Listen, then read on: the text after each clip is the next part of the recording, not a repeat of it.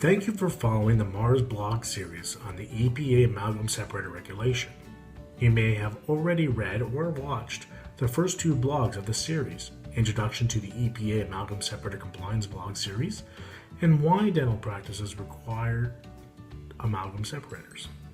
The third blog of this series will be discussing who will be responsible for regulating dental practices on their mercury discharge limits.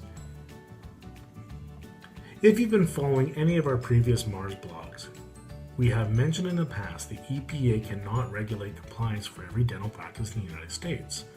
The EPA's inability to regulate dental practices is why the responsibility has been passed on to your local control group, such as privately or publicly owned treatment works or POTWs. It is the responsibility of these control groups to create, implement, and regulate best management practices for dental practices.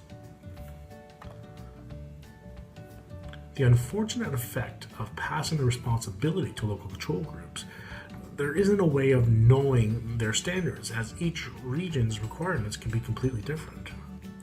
There are 4 ways of categorizing local control groups based on their knowledge and preparation of the EPA regulation.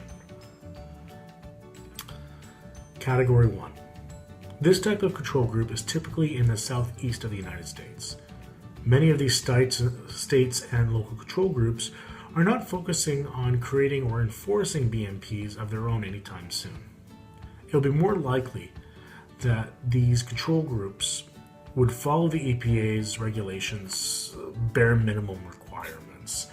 The southeast of the United States do not typically have an issue with mercury discharge, as their water treatment plants usually serve a large area. Serving a large population allows for enough dilution from the general public to help the water treatment plants meet their mercury discharge limits. Category 2. Control groups in this category are typically in the southwest of the United States.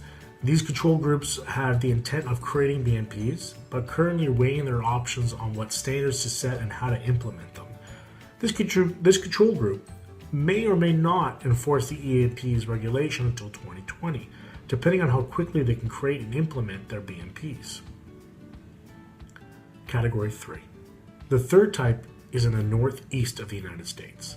These states have already have their own EPA limits to meet and are currently rolling out BMPs to dental practices.